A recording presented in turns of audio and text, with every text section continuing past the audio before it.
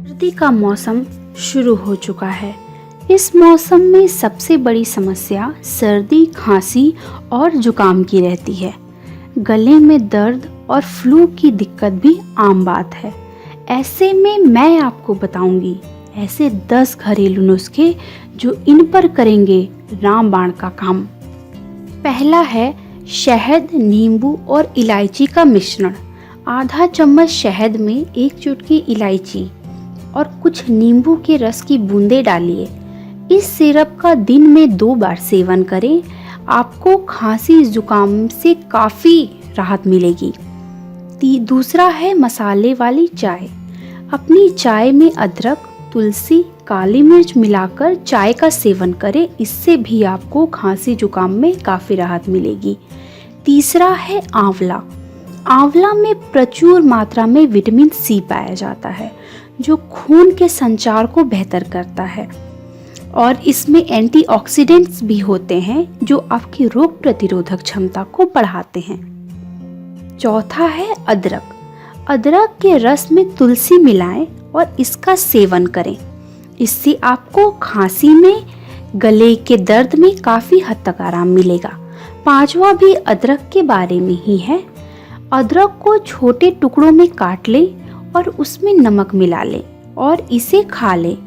इसके रस से आपका गला खुल जाएगा।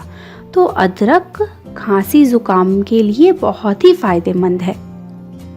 छठा है लहसुन को घी में भून लें और गर्म गर्म ही खा लें। यह स्वाद में खराब हो सकता है लेकिन स्वास्थ्य के लिए एकदम शानदार है। सातवां है गेहूं की भूसी। 10 ग्राम गेहूं की भूसी, 5 लौंग और कुछ नमक लेकर पानी में मिलाकर इसे उबाल लें और इसका काढ़ा बनाएं।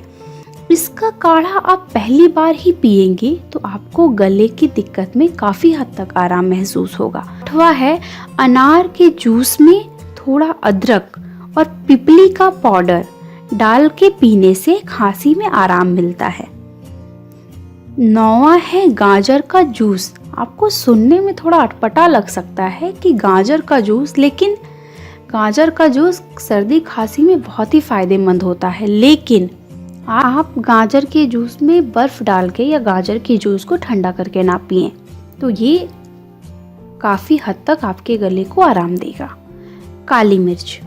काली मिर्च सर्दी खांसी के लिए बहुत ही फायदेमंद होती है।